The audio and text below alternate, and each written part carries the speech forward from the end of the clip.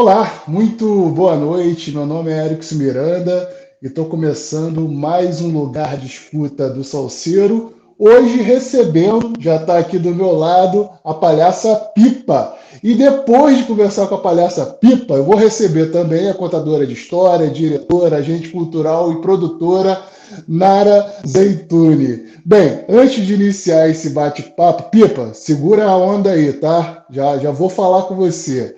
Antes de iniciar esse bate-papo com a Pipa, que já está aqui toda serelepe, pedir para você que está chegando na TV Salseiro. Bem, se você não conhece esse espaço aqui dentro do YouTube, seja muito bem-vindo. Dá aquela curtida, isso é muito importante para dar visibilidade ao papo que eu vou ter com a Pipa e com a Nara, tá bom? Se você não está inscrito na TV Salseiro, se inscreva na TV Salseiro.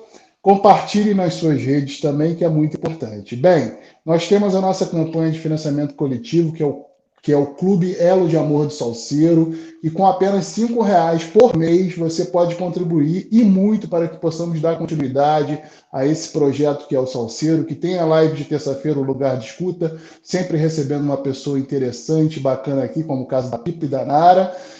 Assim como também nós temos no domingo a nossa live para cozinhar e bailar.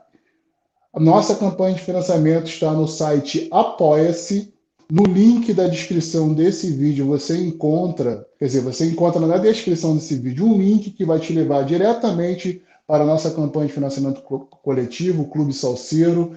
Lá tem todas as formas de contribuição, mas como eu já disse, a partir de R$ 5, só R$ 5 por mês já vai estar ajudando e muito. Além disso, nós temos a nossa lojinha do Salseiro, onde tem ainda, agora terminando mesmo o segundo lote das camisas, a camisa preta tradicional do Salseiro, a camisa branca, Elo de Amor do Salseiro, a camisa branca, 5% de cada camisa vendida vai para um projeto muito importante que acontece em Cachoeiras de Macacu, da onde eu estou falando, projeto social, educacional e cultural da Tia Elaine.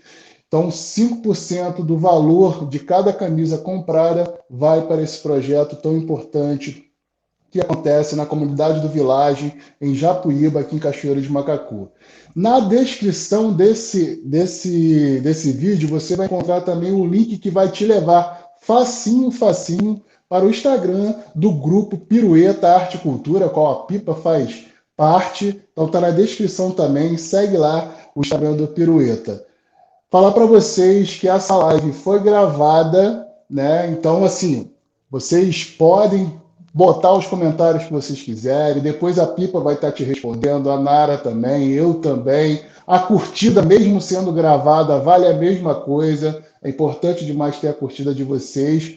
Mas essa edição do Lugar de Escuta foi gravada porque a Nara, e acho que vai botar a Pipa também na mala, tá nesse momento, se Deus quiser, lá na Inglaterra, mas depois estaremos falando sobre isso também.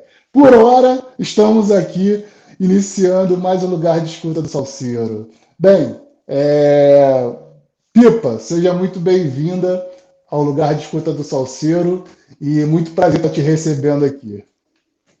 Oh, muito boa noite para você, muito boa noite para esse projeto super legal que é o Salseiro, e um beijo muito especial para todo mundo que vai assistir e está assistindo essa live lá no momento, né? Pois é, gente. Estamos aqui Muito bom. Primeiro eu queria pronta para saber, né? responder qualquer coisa.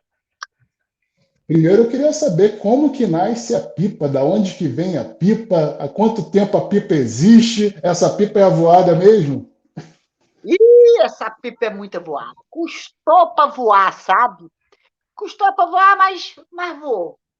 Porque a pipa, na verdade, ela nasceu aqui na cidade de Teresópolis, né? Através do grupo Pirueta Arte e Cultura, que é um grupo que já existe aqui na cidade há 31 anos, a gente fez esse ano, 31 anos, e trabalhando muito tempo com essa questão da linguagem da palhaçaria, né? Da palhaçaria feminina, porque quando eu comecei a trabalhar na linguagem da palhaçaria, eu tive muita dificuldade de ver a mulher dentro dessa cena da palhaçaria, porque a cena da palhaçaria era um espaço muito masculino, né?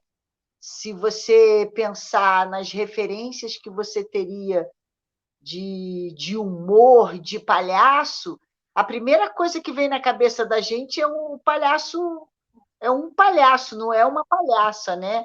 O palhaço Sim. faz parte do nosso universo lúdico ali. Aí, quando a gente para pensar na palhaça, gente, e as palhaças? Onde é que elas estavam, né? Onde nós estávamos? E, pois é, aí veio daí essa pesquisa do Pirueta em cima de uma linguagem da palhaçaria feminina, a mulher dentro da palhaçaria ocupando um espaço de protagonismo, ela sendo a protagonista, porque todas as vezes que, se você pegar coisas assim mais antigas, as mulheres elas faziam um papel mais assim de âncora, né? Aquela coisa meio da Sim. tonta, né? O palhaço lá com 1000 habilidades e a palhaça ali toda, né? Agora não, agora a gente tem uma estamos vivendo um momento bem legal, que tem muitas palhaças aí hoje no Brasil fazendo o maior sucesso. Então, eu acho que a Pipa nasce dessa busca do humor feminino dentro, né, dessa cena que era um espaço extremamente masculino, né? A palhaçaria, né? Muito bacana e importante. E nesse primeiro momento chegou a ter resistência, preconceito? Olha, é engraçado assim, a gente não sei, acho que uma resistência, né? Porque quando a gente apresentava o grupo, né, que era só mulheres fazendo palhaçaria, as pessoas, mas não tem homem na companhia, gente? Não, não, não, não, não tem homem no grupo, não. São só mulheres. Mais uma coisa legal que, ao mesmo tempo que fica pensando, ai, mas será que elas vão ser engraçadas que nem os homens? Será que vai funcionar? Mas também tinha uma curiosidade muito grande. Então, na verdade, a gente Entendi. sempre no final a gente foi bem recebida, né? Vamos dizer assim, quando a gente Ah, apresenta, quando a gente chega, então é aceito. A plateia ela cria uma empatia, né? Então é bem legal, na verdade, é bem legal. que bacana, que legal. Mas a palhaçaria, né? Falando um pouco da profissão de ator, atriz, a palhaçaria, ainda dentro desse setor, existe também um preconceito, uma resistência de entender o palhaço como ator ou atriz? Não, eu acho que pelo menos assim, né? No meu universo, né? Que eu acho que eu não sei como é que isso seria Sim, dentro de um circo, né, que tem mais dentro desse espaço tradicional da palhaçaria, vamos dizer assim, que é o circo. Não sei como é que isso se dá, mas assim, no espaço de palhaçaria que eu ocupo, que é a rua, que são as praças, os teatros, que eu divido essa cena com os meus amigos palhaços, eu vejo muita generosidade, assim, eu não sinto que legal. que tenha. E eu acho até assim que é legal assim que os homens assim. Isso foi mais um relato até de um amigo meu que é palhaço, que ele falou que sempre ele dentro da cena da palhaçaria ele trazia muito essa coisa do homem, do mau humor, daquela coisa pesada, daquela coisa de estar o tempo inteiro no embate com o seu Sim, outro parceiro de cena. E o que ele achou bonito quando ele nos assistiu, que ele falou da palhaçaria feminina, que tem uma leveza, tem um carinho com a outra palhaça. É um humor, mas não é um humor de embate, não é rir entendi. de, é rir com. Sim. Mas a minha pergunta vai mais em direção de quem é ator e não é palhaço ou palhaça, entendeu? Uma atriz, um ator, existe um certo preconceito quando a pessoa decide ser uma palhaça ou um palhaço. Eu digo dentro das artes cênicas mesmo, mais especificamente da atuação como atriz ou ator. Olha, eu acho assim, eu vejo assim comigo, né? Eu trabalho na linguagem da palhaçaria há muito tempo e eu, antes de me definir como palhaça, eu fazia palhaçaria, mas eu não usava o nariz, por exemplo. Eu Entendi. não me via capaz ainda de usar o nariz, que eu acho que o nariz ele te traz uma marca, é a máscara do palhaço, né? É a Sim, menor máscara do mundo, né? É o nariz. A nossa menor máscara é o nariz. Então, assim, eu acho que dentro da classe tem sim.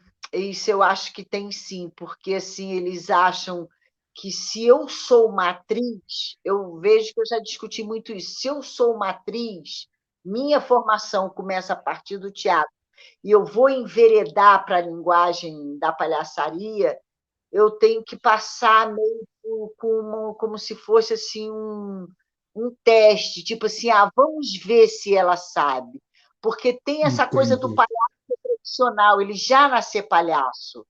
Enquanto que eu acho que o teatro ele tem essa capacidade, o ator tem essa capacidade de se aprimorar, não é nem se aprimorar, é pegar a linguagem da palhaçaria e jogar com isso, né? Sim, Utilizar a linguagem da palhaçaria do mesmo jeito que ele vai utilizar a linguagem do teatro de sombras, do mesmo jeito que ele vai usar a pantomima, mas tem um grupo, tem um segmento desse pensamento da palhaçaria que acha que o cara que é ator e começa a trabalhar com a palhaçaria, ele não considera que o cara é um palhaço.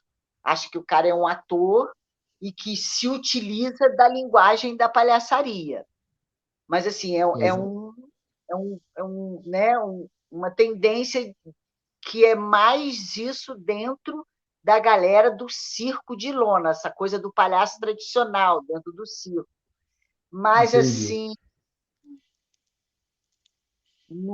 fora disso, eles aceitam, mas é complicado, sim. É Porque complicado. na minha cabeça, assim, né, eu acho excepcional, né? Eu acho um trabalho lindo. E a primeira, quando eu penso na minha primeira relação com a arte, vem do circo e vem do contato com os palhaços, principalmente, né? Então, assim, são os primeiros atores que eu vi na minha vida de frente. Foi o primeiro teatro para mim, né?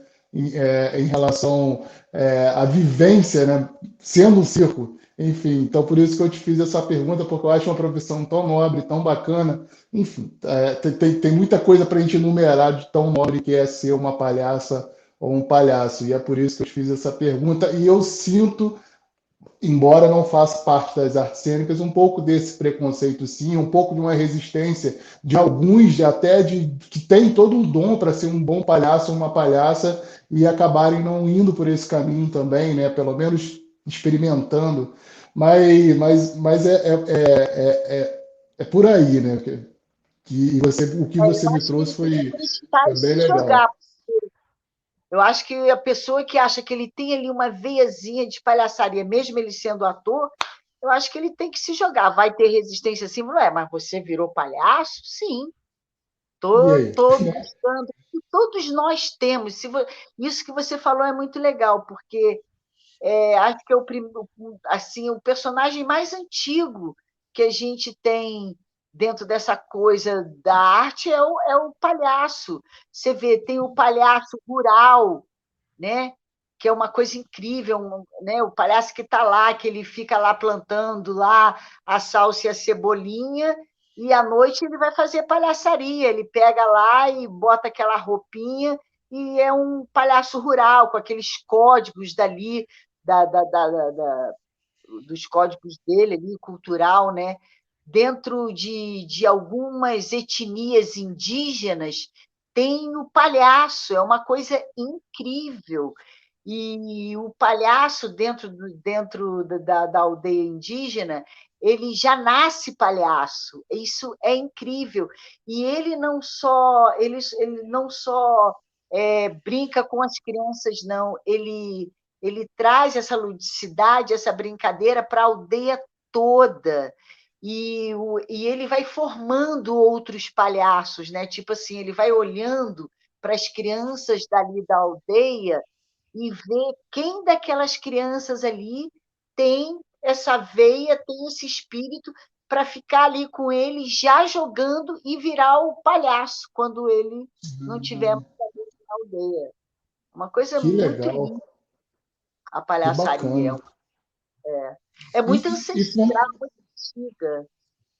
sim, e vamos falar um pouquinho da atuação do Pirueta Arte e Cultura.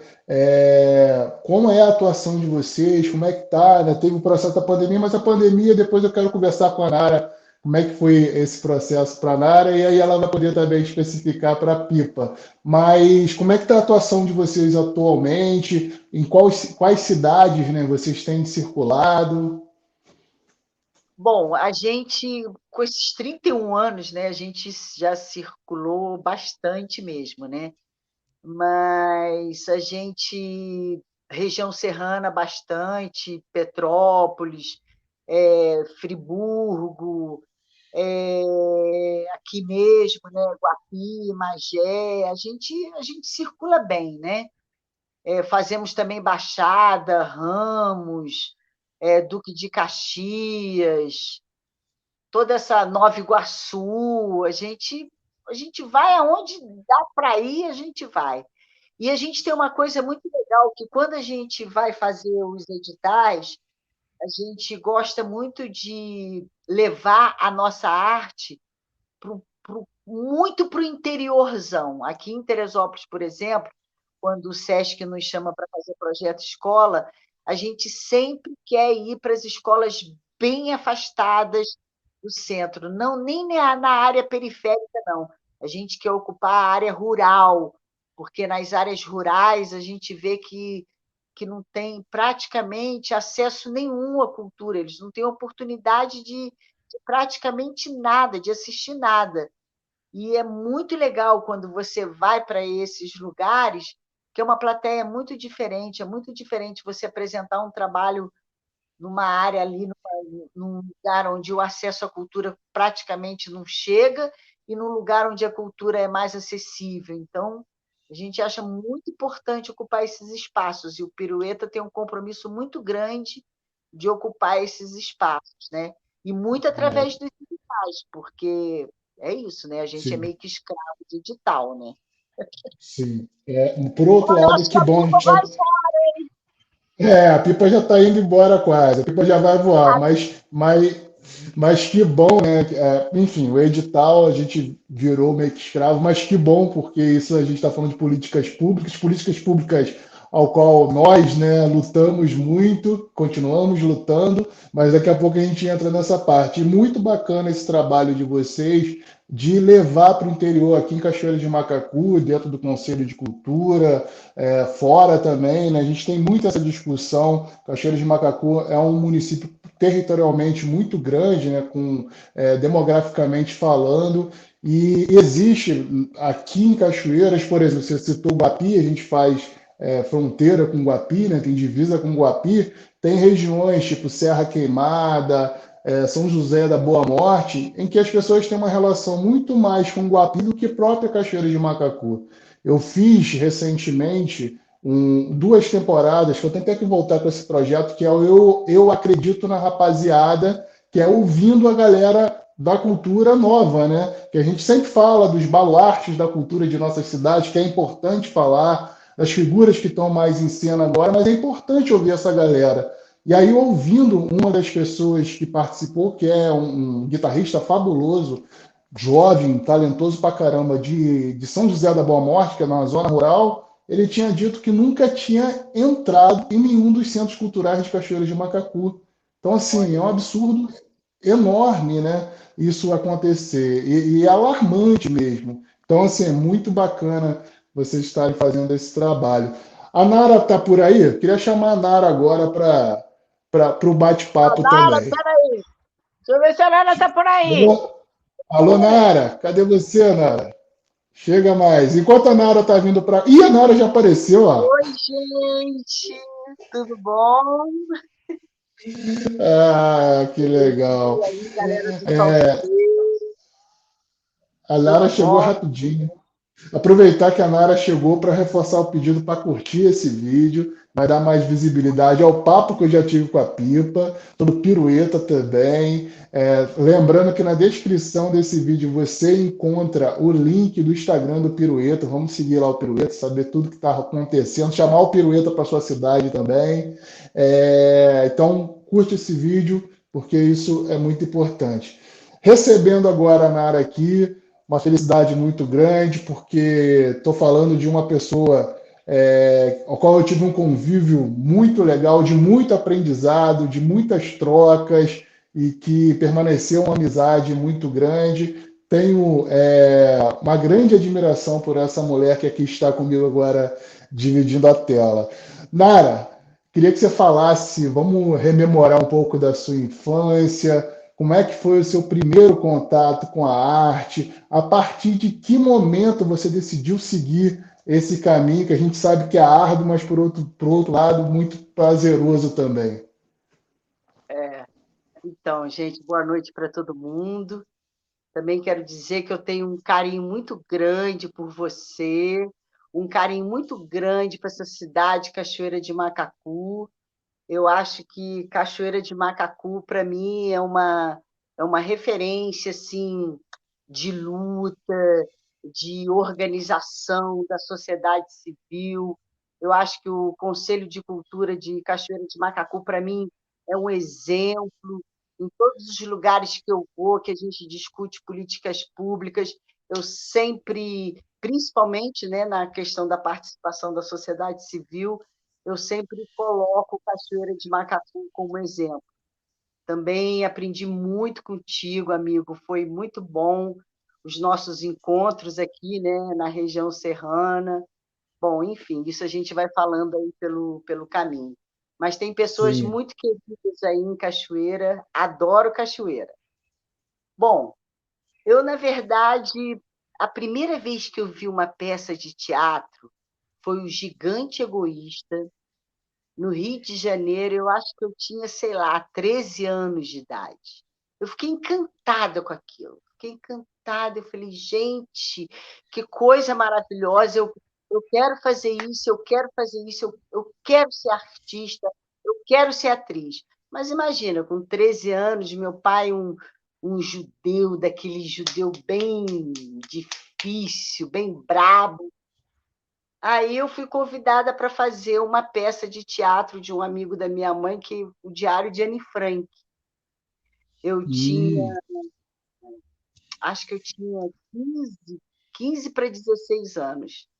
E aí a minha mãe falou: minha filha, a gente não vai nem pedir para o seu pai, porque se falar com o seu pai não vai deixar, então você vai fazer escondida. Eu falei, mãe, como que eu vou fazer escondida? Como é que eu vou estrear? Ah, seu pai não vai nem saber. Seu pai não vai a teatro mesmo. Você vai. Cara, não é que eu ensaiei, fiquei lá, ensaiei a peça toda, fiz a peça, estreamos, foi um maior sucesso. E aí eu falei, gente, é isso que eu quero fazer na minha vida, é isso que eu quero fazer. A partir daquele momento, dos 16 anos até hoje, aos 60, eu faço teatro, nunca mais parei de fazer teatro. Aí, no Rio de Janeiro, a gente fundou uma companhia chamada Zumbi Estrela Cadente, que um dos meninos ele mandou 2 textos para um concurso de dramaturgia que tinha em São Luís do Maranhão, o Zé Facuri, que é um grande agitador militante da cultura hoje aqui, né, no nosso estado, Facuri. E sim. aí a gente montou esse grupo, Zumbi Estrela Cadente, e montamos essas 2 peças que ganharam o prêmio de dramaturgia lá no Maranhão, que deram dinheiro, deu para a gente montar. Aí depois eu migrei para um grupo que chamava Dia a Dia, que era um grupo muito bom, um grupo que trabalhava com teatro experimental na época, né? E nesse grupo a gente fazia um processo super legal, que a gente discutia o assunto que a gente queria abordar. O João Siqueira criava toda a carpintaria teatral, e a gente também tinha essa proposta de levar o teatro na periferia. A gente queria levar o teatro aonde a arte não chegava. Com Que isso, a legal. gente, com espetáculo chamado Quanto Mais Gente Souber Melhor, que a gente fazia isso na década de 80, imaginem, década de 80. A gente fazia um retrato do Brasil de 30 até 79 com o ato da anistia. A gente fazia era Que um bacana. retrato, né? Muito legal, uma peça que a gente ganhou muitos prêmios, inclusive a gente ganhou Mambembe, né? Como melhor texto na época. E era um grupo muito legal, e a gente circulava muito. Com esse mesmo grupo, a gente ganhou um prêmio também chamado Golfinho de Ouro, que era um prêmio que dava para os grupos naquela época que circulavam, né? Então, a gente ganhou como um grupo de movimento, porque a gente andava a periferia do Rio de Janeiro todo, Baixada toda, a gente ia em tudo quanto é lugar fazer teatro. É uma coisa impressionante que a gente fazia, a gente recebia e fazia teatro. Segunda, terça, quarta, quinta, sexta, sábado e domingo. A gente dividia espetáculo para tudo quanto é lugar. Era sindicato dos professores, era sindicato dos médicos, era nos clubes. Era impressionante como a gente vendia. Aí, nesse grupo, dia a dia, eu fiquei lá uns 10, 11 anos, e depois eu vim para Teresópolis. Aí, quando eu vim para Teresópolis, eu fiquei pensando, gente, como é que eu vou ficar aqui em Teresópolis? Eu não sei ficar sem fazer teatro, né? Sim. Não tinha como, era inerente, fazia parte da minha pessoa. Aí eu comecei a ver os grupos de teatro em Teresópolis, porque Teresópolis tem muito grupo de teatro. Você vê que a história de Teresópolis com teatro começa na década de 20 e nunca mais parou. Uma cidade que sempre teve muitos grupos. Hoje, em Teresópolis, a gente deve ter uma média de 12 grupos de teatro Que atuantes. bacana. Que É uma coisa legal. muito forte, é tradição mesmo, Teresópolis, teatro. Aí eu conheci o grupo Pirueta Arte e Cultura, que quem fundou esse grupo foi Janete Albuquerque, lá em Vassouras, trouxe o grupo para cá, para Teresópolis. Aí um dia eu vi uma apresentação, me apaixonei pelo grupo e comecei a participar do grupo, né? Me oferecer, eu quero fazer, eu também gosto dessa linguagem. E, paralelo a isso, eu conheci uma menina, Mônica Botafogo, que infelizmente não está conosco, que a gente fazia um trabalho de pesquisa da cultura popular. E nós montamos aqui o Bumba Meu Boi e aquele romance da Nau Catarineta, né, que é aquela, aquela aventura em alto mar, uma opereta popular. E nessa brincadeira, hoje, Pirueta tem 31 anos, que a gente está aí Que trabalhando, bacana. então, assim, e eu sempre, quando eu comecei a fazer teatro, eu sempre participava também, paralelo ao teatro, as discussões do que é o ofício de ser ator. No Rio de Janeiro, na década de 80, tinha uma galera que se discutia o teatro experimental, essa linguagem do teatro experimental, porque a gente não se identificava como teatro profissional que ocupava os grandes espaços no Rio de Janeiro, Certo. teatro mais comercial, e a gente também estava numa busca, né? Porque a gente tinha uma preocupação com linguagem, a gente achava que ia transformar o mundo através da arte. Então, era uma galera muito legal que a gente ocupava o Teatro Cacilda Becker na época, ficava lá em cima, que tinha umas salas, discutindo. E, nesse tempo, tinha o sistema SNT, Sistema Nacional de Teatro, Serviço Nacional de Teatro. Tinha como se fosse uma secretaria que só cuidava do teatro no Rio de Janeiro. Era um negócio muito legal e a gente ficava nessas discussões. Mas era um mundo muito diferente, né? Assim, a gente não Sim. tinha edital, não tinha dinheiro, as verbas não chegavam para a gente. Era uma loucura, né? Era uma loucura. E O ali. legal é que nesse. Pode terminar aí, Mara, desculpa. Desculpa, pode falar. Não, não, o legal é que nesse relato seu, né, e era uma das perguntas que eu ia te fazer, mas você já foi meio que falando, porque a gente está falando de uma pessoa que iniciou na arte nos meados dos anos 70, me corrija se eu estiver errado, então você Isso aí. passou pela década, metade da década de 70, aí a gente está falando do período da ditadura ainda, a reabertura, década de 80, 90, que foi um período muito complicado para as artes no Brasil, de uma maneira geral, né? Enfim, início de 2000, primeira década de 2000, né? Agora a gente está indo para a segunda década, ou seja, tem uma experiência, uma vivência aí muito, muito interessante. E eu ia te perguntar exatamente desses momentos marcantes dentro desse período, quais coisas boas que você vivenciou, quais coisas ruins. Você já falou de algumas das coisas marcantes que são essas peças que você participou, mas teria alguma coisa, principalmente pegando, né, Nara? Porque hoje a gente vai entrar, claro, na questão de política pública de cultura, mas a gente vive um retrocesso nesse momento, mas que ainda não é nem de longe o que era umas décadas que você viveu, como não tinha discussão propriamente de política cultural nas cidades e tudo mais. Então, tem alguma coisa dessa vivência que você, além do relato que você trouxe, que você poderia passar para a gente, em especial esse período da ditadura,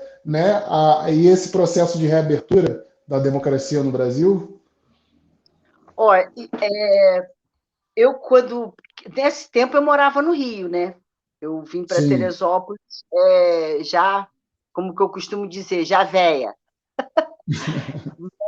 Mas o que mais assim era intrigante para mim, porque eu da nossa companhia do dia a dia, eu era a mais nova da companhia. Todo mundo já era cascudo, tinha gente que tinha sido torturada, tinha gente que tinha sido preso. O João Siqueira era um cara muito combativo, ele tinha uma dramaturgia completamente brechiniana. Então, assim, agora uma das coisas que mais me marcou na ditadura era quando a gente, antes da estreia, a gente tinha que fazer o espetáculo para censura. Então, assim, era muito louco isso, cara. Você tinha que fazer o espetáculo para censura. E a gente tinha que fazer o espetáculo para censura completamente diferente do que seria o espetáculo na questão emocional, porque era uma emoção que você não trazia a emoção do, da tua arte, do teu trabalho ali, dos teus personagens, das cenas. Era uma emoção que era um misto assim, de medo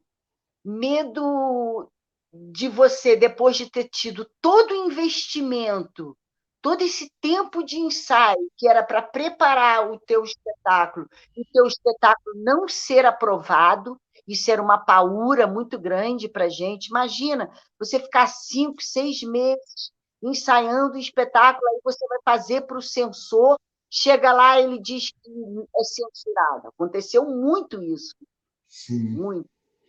Mas é muito louco. A gente ali. Aí você vai, se prepara. Entravam sempre dois sensores, né? Um de cada lado, e ficavam com um texto na mão, vendo a gente fazer o teatro, e eles não respondiam na hora.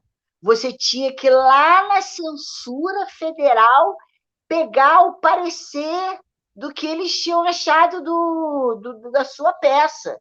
E muitas das vezes tirava frases inteiras, cortava páginas inteiras, né? Mas o João Siqueira, ele era muito esperto, esse menino que escrevia, e que a nossa direção era uma direção coletiva. Mas ele tinha uma visão maior de fora, ele era um cara muito sagaz. E a maioria das nossas peças, principalmente as infantis, a gente não usava texto, a gente trabalhava com a pantomima. E aí eles se perdiam na pantomima e a gente conseguia, às vezes, passar peças sensacionais. Tipo, a gente tinha uma que era o operário, o boi e o automóvel. Olha o nome, operário, boi e automóvel.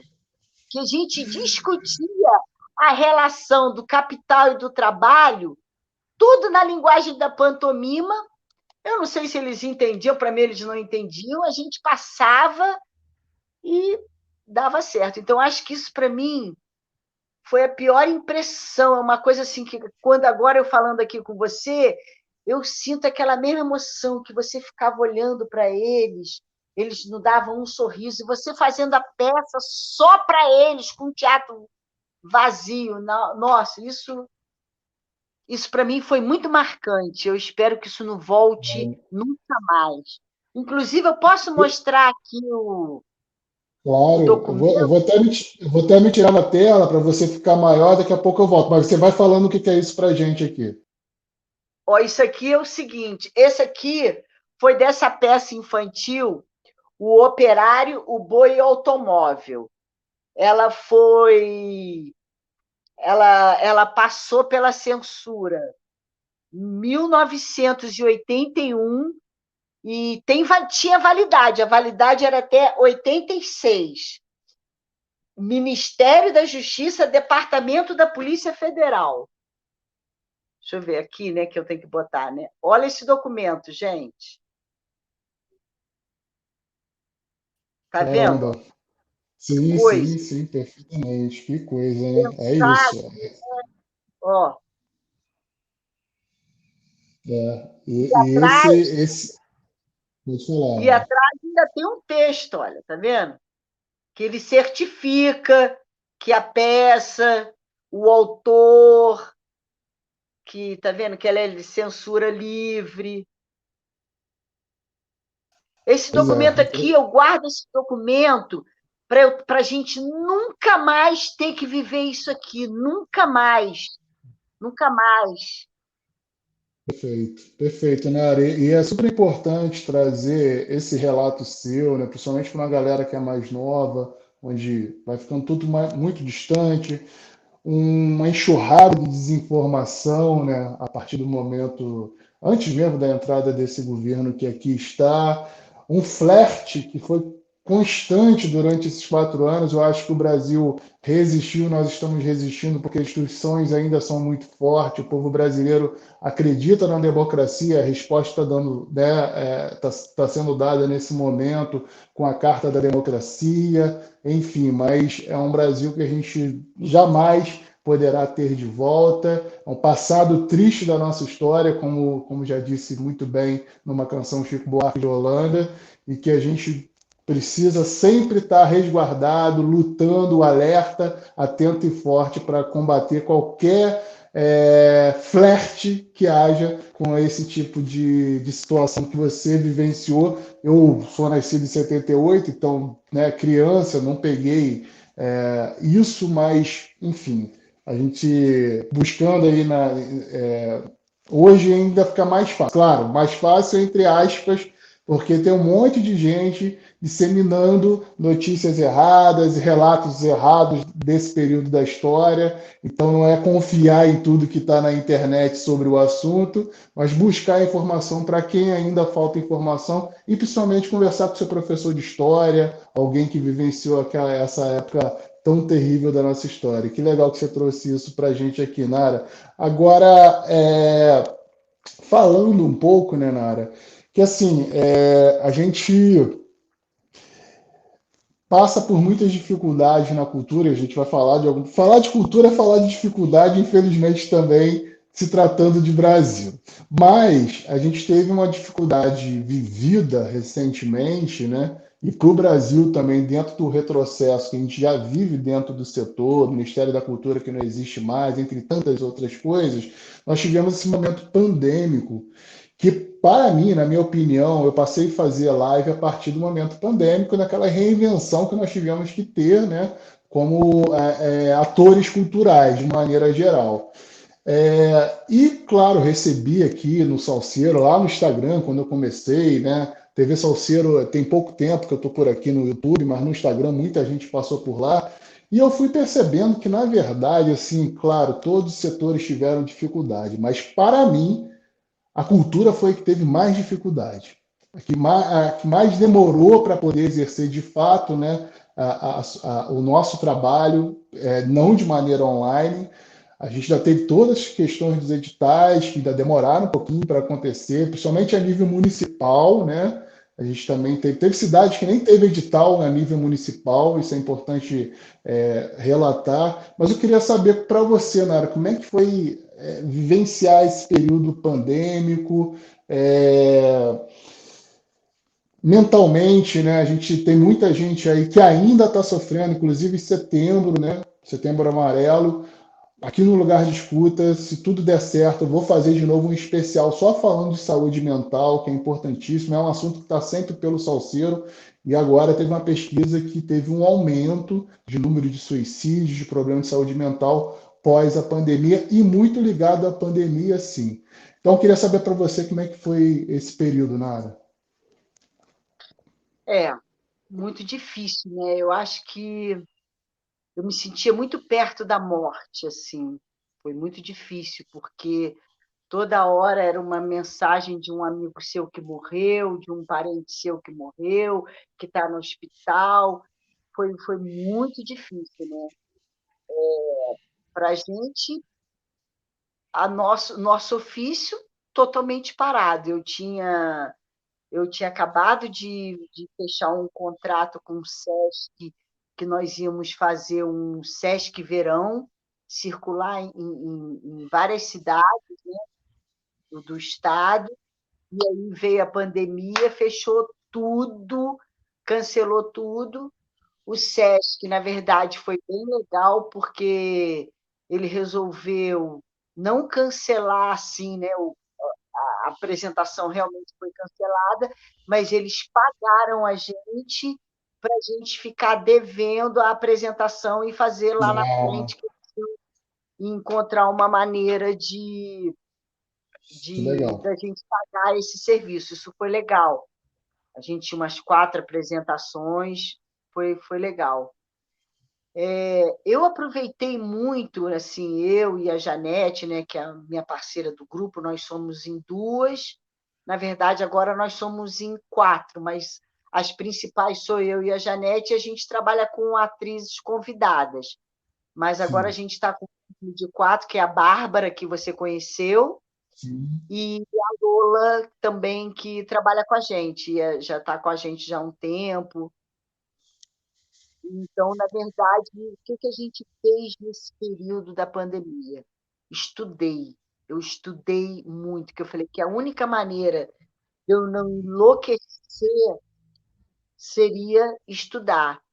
E isso foi legal, né? Porque com essa coisa do mundo ficou totalmente online, eu tive a oportunidade de fazer 1000 cursos que eu não teria condição de fazer se fosse presencial, não teria como eu ir para a Itália, não teria como eu ir para São Paulo, não teria como eu ir para Niterói, não, né? Eu fiz curso que foi uma linguagem que eu sempre quis estudar, que é a linguagem das sombras, o teatro de sombras. Então, eu sim, estudei muito, muito linguagem de sombras e palhaçaria. A gente ficou nessa coisa de estudar, estudar muito e esperar, né? Tivemos que esperar.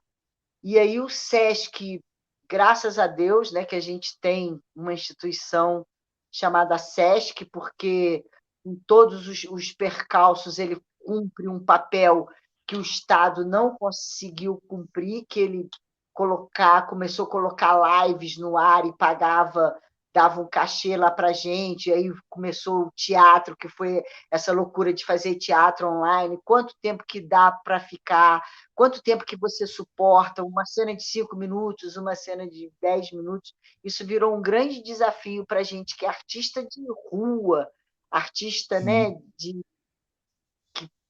está acostumado a estar ali, cara a cara. E que linguagem é essa? Como trazer essa linguagem do audiovisual para o teatro? O teatro filmado, ele é o quê? Ele não é mais teatro. E também não é o audiovisual. Então, isso foi um problema muito grande. Foi também nesse momento que a gente viu que que o artista ele tem que se capacitar muito, ele tem que dominar a filmagem, ele tem que dominar a edição, ele tem que dominar, saber botar uma luz, o que, que fica bom, microfonar. Então, assim, eu, eu usei muito esse tempo para eu estudar. Estudei muito, Pirueta estudou muito, mas foi muito Legal. difícil. Nesse quesito muito bacana, né? Eu costumo dizer, desde quando eu comecei a fazer o Salcedo, principalmente, eu já fazia a live do Brasis, com um projeto de discotecagem que eu tenho de música brasileira no vinil, né, com meu parceiro Francis, que por causa da pandemia ele acabou indo para São Paulo, teve uma proposta de emprego, né, ele trabalhava só com a discotecagem e outros eventos também, fechou tudo, enfim. Mas a gente já fazia as lives do Projeto Brasil. Mas o Salseiro acabou tendo uma outra pegada, né, de apresentação, de bater papo e tudo mais. E eu sempre falei, né, que a pandemia não nos trouxe nada de bom, mas a quarentena, sim. Quem soube aproveitar de alguma maneira, e eu também fiz bastante cursos, assim, aproveitei bastante nesse sentido. E nesse quesito, a quarentena foi bom, né? Mas, enfim, não era para a gente passar pelo que a gente passou, com o número de mortes que nós tivemos no Brasil, tudo muito lamentável. Nara, você falou aí dessa questão de ser artista de rua, né? Inclusive, até falar que a gente vai entrar agora mais diretamente sobre política cultural. Nessa terça-feira que está indo ao ar, né? Hoje, no dia que vocês estão assistindo aí do outro lado da tela, eu espero que a Câmara Municipal de Cachoeira de Macacu tenha aprovado a lei do artista de rua. Essa lei já é uma discussão antiga de pelo menos 6, 7 anos aqui na cidade, né? Na verdade, ela começou em 2015, quando eu ainda estava na gestão do Conselho de Cultura, aí teve a mudança de governo, teve a Conferência de Cultura, onde foi aprovado, né, a questão da lei, a lei a ser enviada, enfim, rolou vários embrólios que até hoje a nossa lei de artista de rua não tinha sido aprovada. Eu espero que nessa data de hoje eu possa estar assistindo com vocês aí e feliz porque foi aprovado, porque foi vetado pelo governo municipal absurdamente, a gente discutiu muito isso nas últimas reuniões do conselho, a gente não consegue entender o porquê que foi vetado, porém, hoje que eu faço aqui a gravação com a Nara, a gente recebeu a informação do vereador que encaminhou esse projeto de lei lá dentro da Câmara, porque esse projeto de lei foi discutido dentro de um GT do Conselho de Cultura, depois levado para o Conselho, para aprovação do Conselho e encaminhado para o vereador. É, a gente teve a informação que está tudo muito bem encaminhado para derrubar o veto e ser aprovado. Então, espero que a gente tenha tido essa conquista nesse dia de hoje. Mas falando na área sobre políticas culturais, e é isso, é luta, gente, é luta constante é, de todas as maneiras possíveis. Você foi gestora por um longo período, com atuação muito marcante, não só em Teresópolis, mas também de maneira regional, falando de região serrana, de maneira estadual, foi conselheira municipal e estadual de cultura pela região serrana, uma das coordenadoras do Fórum de Gestores Públicos de Cultura, ao qual fiz parte com você também por um período da direção da região serrana. Queria que você falasse um pouco dessa experiência, os bônus e os ônus, né? Tem muito ônus disso aí também, de ser gestor. É, eu que fiquei, Nara, apenas 3 anos e 10 meses dentro da gestão, eu costumo dizer, né, depois dessa experiência, que foi muito importante para mim, mas que hoje eu, sinceramente, eu não sei se eu quero de volta, né? Porque a gente sabe a delícia e a dor de estar lá. Eu digo que é uma faculdade que faculdade nenhuma de arte, de cultura, seja o que for, dá para a gente também. E eu queria que você falasse um pouco dessa experiência, como é que foi para você, os bônus, os ônus. Olha, é difícil, né, falar do. Muito difícil, né? Assim, quando me convidaram, porque quando me convidaram para eu fazer parte da gestão pública aqui na cidade de Teresópolis, a gente tem que saber por que que eu fui convidada. Eu fui convidada porque eu, dentro da sociedade civil, eu virei uma pessoa muito atuante, né?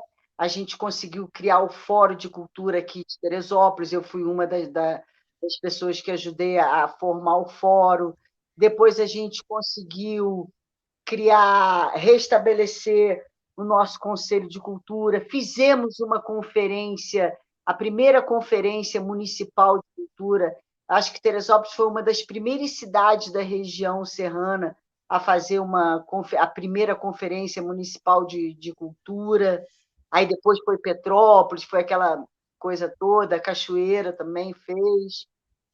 E aí o que acontece?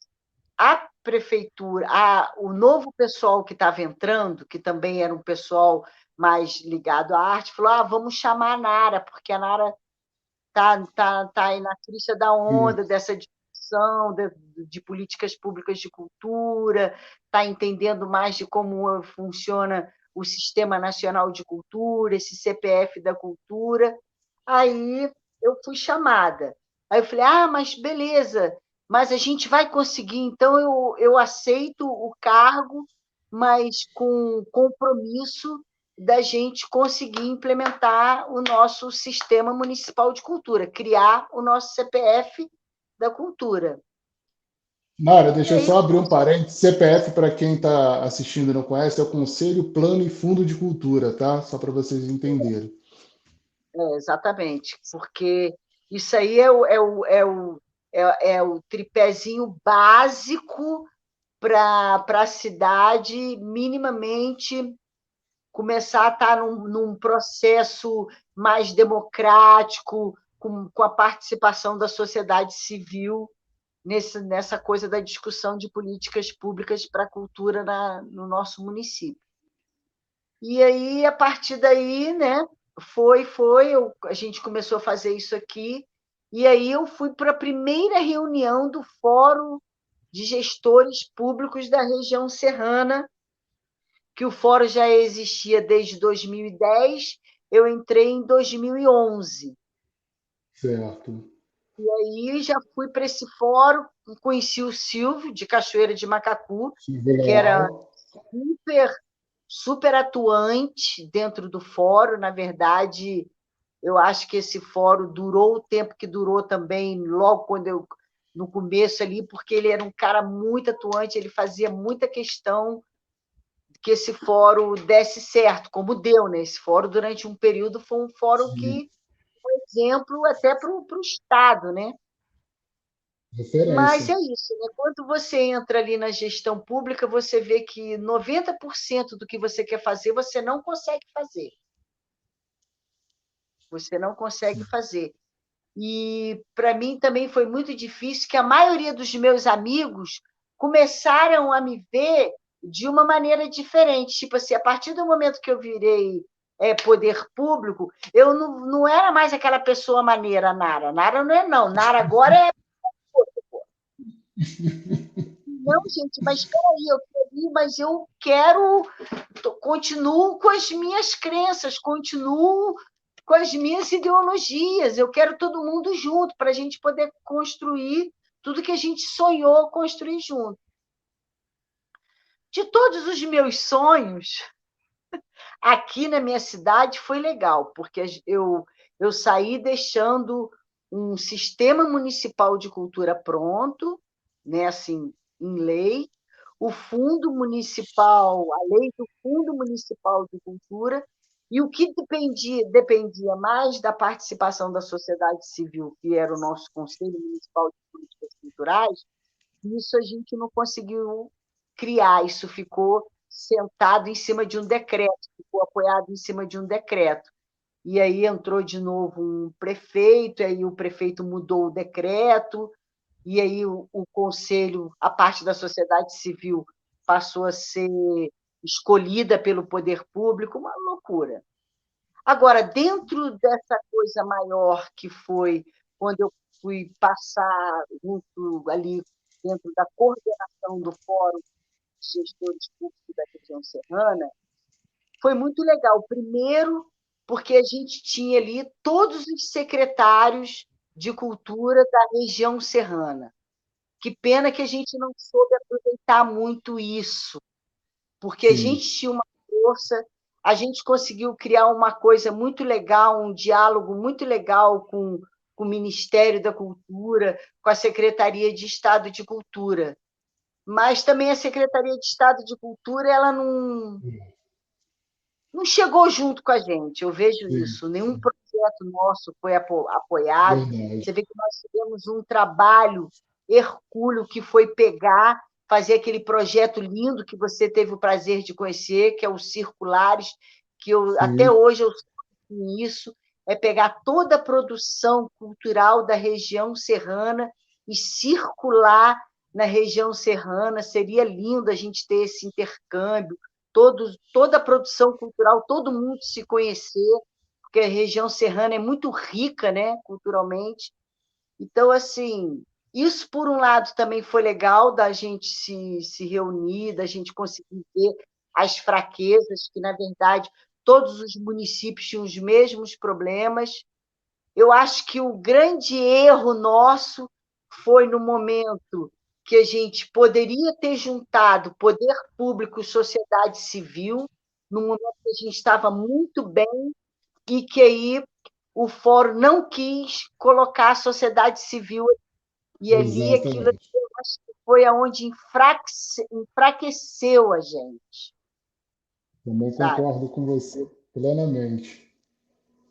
Porque a gente estava ali, a gente tinha uma visibilidade, e a sociedade civil organizada que estava chegando, que ia chegar com a gente, ia fazer uma pressão muito grande, tanto para o Estado quanto para o Ministério da Cultura, né? Que eu acho que naquele momento a gente teria condições de até captar verba para os circulares, que a gente enquadrou o projeto na Lei Rouanet. O projeto estava enquadrado, então, aquilo ali, eu acho que foi um erro, assim. E eu, embora eu tivesse ali dentro de uma coordenação do fórum, eu não tinha, porque eu nem secretária era coordenadora de projetos especiais. A pessoa que era o meu secretário mesmo, que tinha que me dar aval, não, vamos fazer isso, ele também era contra. E Sim. a maioria do pessoal que era secretário ali do grupo, eles eram contra. Então, isso foi foi muito burro, posso dizer assim hoje. Burro É, da parte do fórum. e eu lembro bem, né, Nara, da sua agonia em relação a isso. Essa questão da participação da sociedade civil tem uma influência muito grande de Cachoeiras, né? Quando o Wellington entra ali, quando eu entro, né? O Wellington foi até na primeira reunião do fórum, eu não pude ir porque eu estava com dengue, aí depois eu passo a fazer parte também, e eu costumo dizer, né? Na reunião do fórum eu falava isso para os gestores que lá estavam, que porque eu entrei como assessor de cultura dentro do fórum, depois virei vice-presidente, aí tendo um pouco mais de poder. Quer dizer, na verdade, tendo total poder me dado pelo presidente para tocar a cultura daqui do município. Mas eu sempre falei, aqui em Cachoeiras, dentro do fórum, os gestores têm que entender que a sociedade civil é a égide do gestor. Aqui em Cachoeiras, por exemplo, a gente só passou por um período que agora decaiu de novo no último governo, e esse governo também a gente não conseguiu ainda chegar a um patamar elevado, no que diz respeito ao nosso financeiro da cultura aqui, o nosso orçamento, a gente só conseguiu subir naquele período porque tinha sociedade civil com a gente empurrando a gente, entendeu? Porque na hora quando você chega com uma discussão com o secretário de Fazenda, você tem a sociedade civil como respaldo, falando, ó, a galera tá fazendo pressão, a galera tá aqui junto, é a importância da cultura e tudo mais. Então os gestores têm uma dificuldade muito grande de entender isso, não tem medo da sociedade civil. Aí se tem medo, já começa a desconfiar de outras coisas, mas enfim.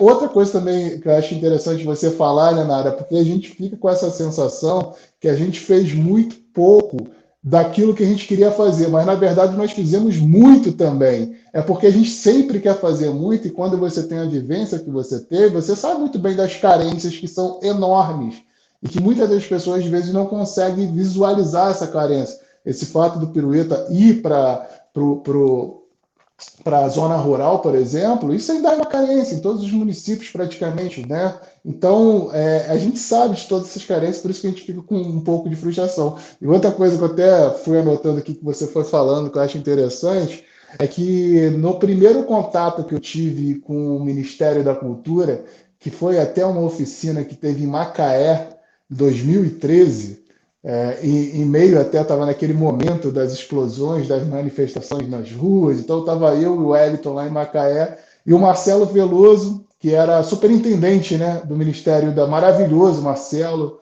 figura muito Maravilhoso. importante.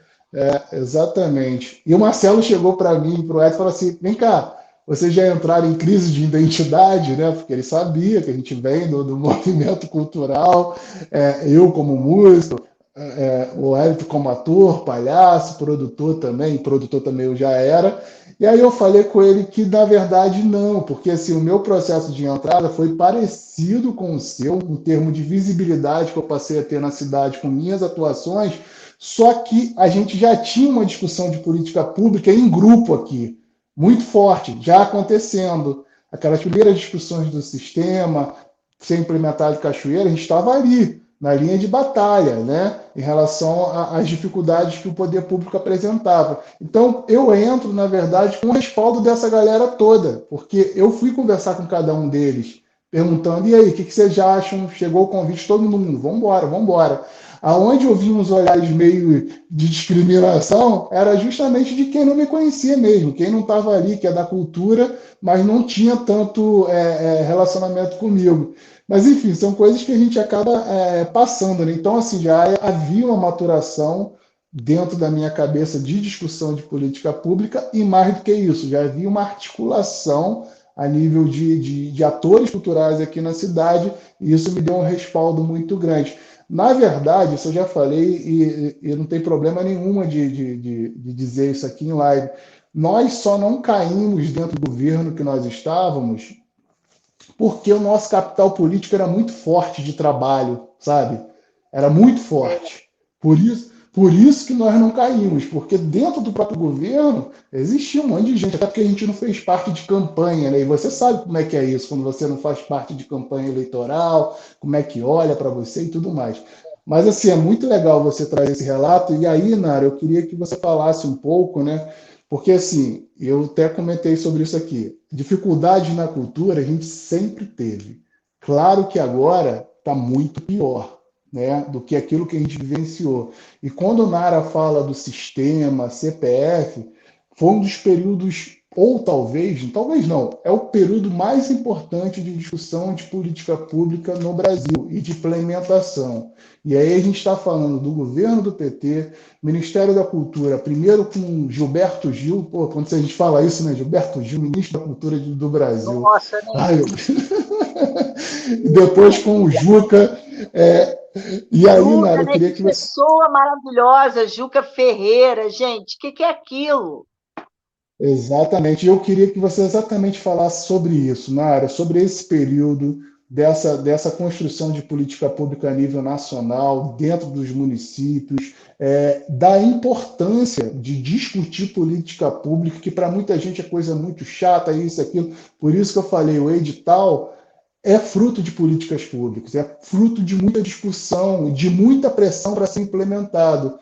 Então, eu queria que você trouxesse um pouco desse relato da importância da política pública e pegando também esse período que você vivenciou aí de um passado não tão distante do nosso país, que se Deus quiser vai retornar.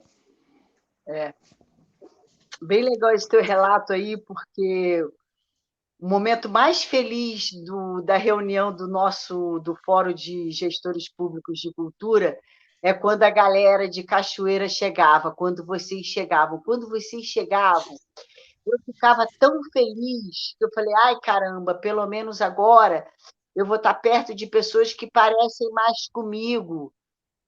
Quando chegava você, chegava Felipe, chegava o Wellington, pô, era muito bom o Vinícius também, né, que Sim, frequentou algumas, alguns encontros, né? Eu gostava muito, eu me sentia acolhida politicamente, sabe assim, ideologicamente, mas também ao mesmo tempo eu me sentia ali sozinha, que eu falei, caramba, a gente não vai conseguir mudar a cabeça dessas 15 cidades, a gente não vai conseguir, né? sim. Mas assim, coisas boas. que quando a gente pensa política pública, quando a sociedade participa, quando a gente consegue criar os nossos sistemas municipais de cultura, quando a gente consegue criar os nossos planos municipais de cultura, quando a gente consegue criar um conselho municipal de políticas culturais dentro das cidades, por que que é importante isso, gente? Porque a gente passa a fazer parte dessas discussões, a gente obriga, a gente participa que realmente essas leis aconteçam, sejam efetivadas. Por exemplo, você falou daí de Cachoeira com o problema da lei de artista de rua, né? Vocês Sim, não conseguiram até agora. A gente aqui em Teresópolis já tem lei de artista de rua muito tempo, já tem quase 10 anos. Por que que a sim, gente conseguiu? Porque a classe artística, a gente era uma cidade que não tinha teatro, não tinha teatro. O único teatro que tinha era um teatro caríssimo, que era o Teatro Higino daqui de Teresópolis, ou o Sesc, que a gente não podia usar, e o teatro da prefeitura, que era um teatro pequenininho e que a gente não podia cobrar ingresso. Então, o que a gente fez? Ocupou a rua. E essa ocupação na rua, sociedade civil organizada, a gente criou a política pública que foi cria a lei de artista de rua. Então, a gente tem essa lei e funciona perfeitamente. Por quê? Porque a sociedade civil organizada, fazendo perfeito. pressão, né? Uma outra coisa que muita gente não sabe, a gente que estava ali sabe. Se hoje nós temos editais regionalizados, foi graças a essa união, a essa grande articulação de sociedade civil brigando por políticas públicas, né? Porque antes, o interior, a gente estava completamente fora da cena cultural, não é? Quem éramos nós? Ilustres desconhecidos. Quando Gilberto Gil cria o sistema municipal, o sistema nacional de cultura, quando ele pensa nisso, ele pensa justamente nisso, de dar visibilidade para a gente, os artistas do interior dos rincões desse país. Porque nós é que fazemos arte, porque a arte nasce ali no quintal da nossa casa, né? Quem é que vai nutrir a nossa comunidade de arte? São os artistas locais. Quer ver só uma coisa que eu morro de vergonha, vergonha alheia, quando Hum. a prefeitura resolve fazer um evento, paga uma fortuna um artista local, aí o artista chega em Teresópolis e fala assim: ai, muito boa noite, cidade de Petrópolis. Pô, é a prova que o cara não está nem aí, é só coisa. Então, assim, eu acho que isso foi muito legal, isso foi uma grande conquista, né?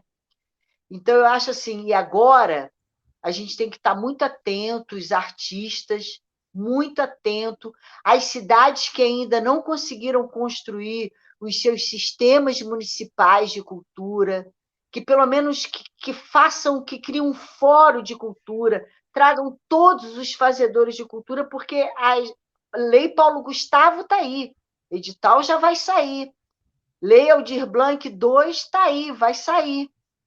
Então, a gente tem que realmente se juntar. Cidade que não tem esse sistema se reúna através dos fóruns para dali desencadear todo esse processo, porque não vai ter outro caminho. A gente tem que estar, acho que cada vez mais sociedade civil tem que estar organizada, porque eu tenho até medo do que pode vir por aí, se a gente não ganhar Perfeito. essas eleições. Eu acho que o Brasil vai ficar para a cultura. Se a gente não ganhar as eleições, a cultura do Brasil vai ter uma outra cara, e eu acho que a nossa arte talvez vai sucumbir. Não sei, eu tenho muito medo disso. Perfeito, Nara. E o alerta é mais do que válido. Eu tenho sempre falado aqui, principalmente no lugar de escuta, né, ao qual esses temas, seja cultura, saúde, questões ligadas à comunidade LGBTQIAP+, questões ligadas ao movimento negro. A gente precisa estar muito atento quem são esses candidatos que estão pedindo o nosso voto, quais são as bandeiras que eles levantam, dentro da questão cultural, se você gosta de cultura, que você entende a importância da cultura, e hoje muito mais comprovada, não só de levar o entretenimento, mas também economicamente falando, então você precisa estar atento quem são esses candidatos, seja deputado estadual, federal, senador, governador, presidente, que tem sim um olhar sensível para a cultura, e tem muita gente que tem. A gente tem que parar também com essa ideia de achar que é tudo farinha do mesmo saco, não é, tem pessoas excepcionais dentro da política, enfim, então vamos ficar muito atento aí para a gente poder fazer o nosso papel como cidadão, que é tirar fora, né, esse pesadelo que a gente está vivendo, essas pessoas que jamais deveriam estar dentro, é, habitando um espaço democrático como claro, todo mundo pode participar de eleição, mas quem é contra a democracia, quem é contra a cultura, quem é contra os negros, quem é contra os LGBTs, enfim, não deveria jamais ocupar um cargo público, né? Então vamos ficar muito atento a isso. Vale o alerta da Nara, porque a gente fica aflito mesmo de imaginar mais 4 anos de retrocesso. Talvez a gente não consiga segurar mesmo, não. Foi muito difícil esses últimos 4 anos, porque na verdade não são nem os últimos 4 anos, Nara. A gente pode pegar aí desde o golpe da Dilma, que os ataques estão cada vez mais acentuados para nós que somos da cultura. Mas falando de coisa boa agora, Nara, embora o que você trouxe é muito importante, a gente já passou até de 1 hora de live. Agradecer muito a quem está assistindo aqui.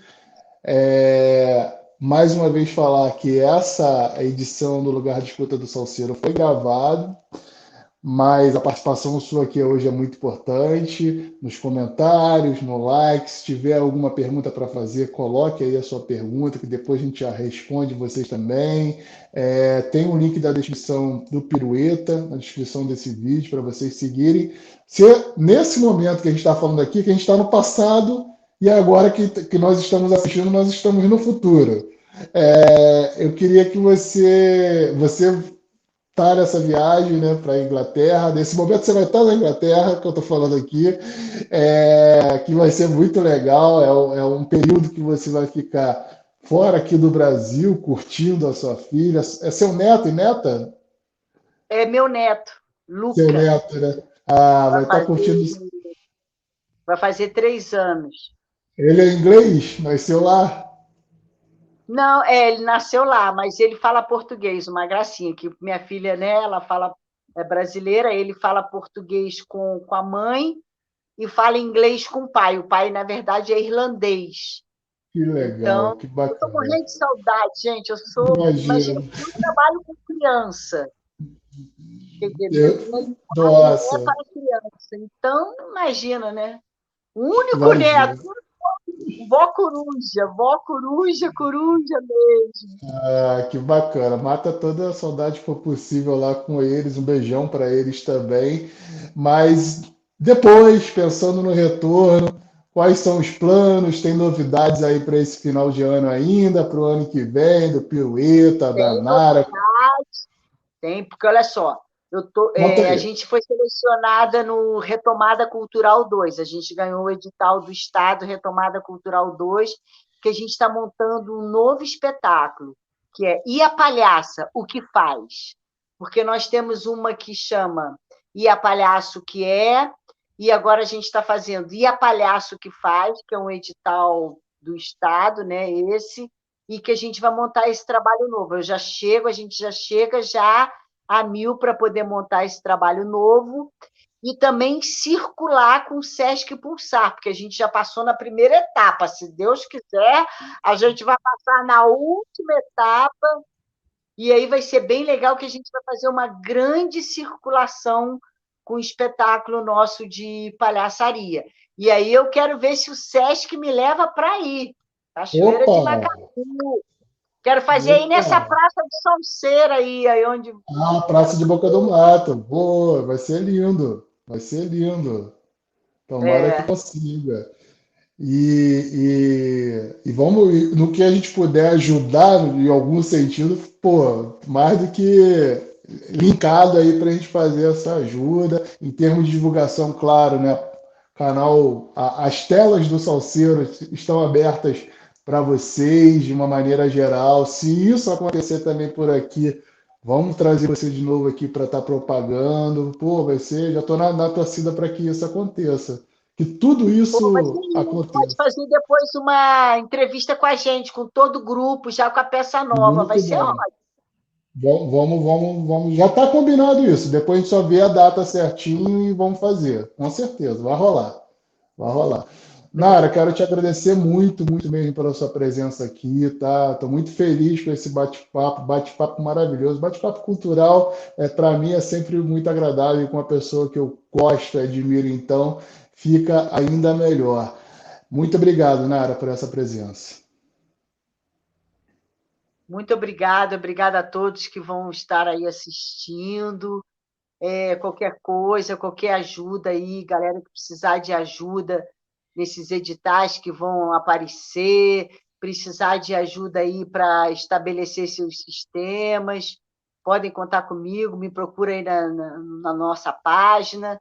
Vai ser um prazer e saudações culturais para todo mundo. E a cultura importa. Isso aí, cultura importa. Gente, boa noite. Domingo eu estou de volta com a live para cozinhar e balar do Salseiro, a partir de 11 horas, recebendo um convidado ou uma convidada muito especial. E é isso. Valeu, boa noite e até a próxima.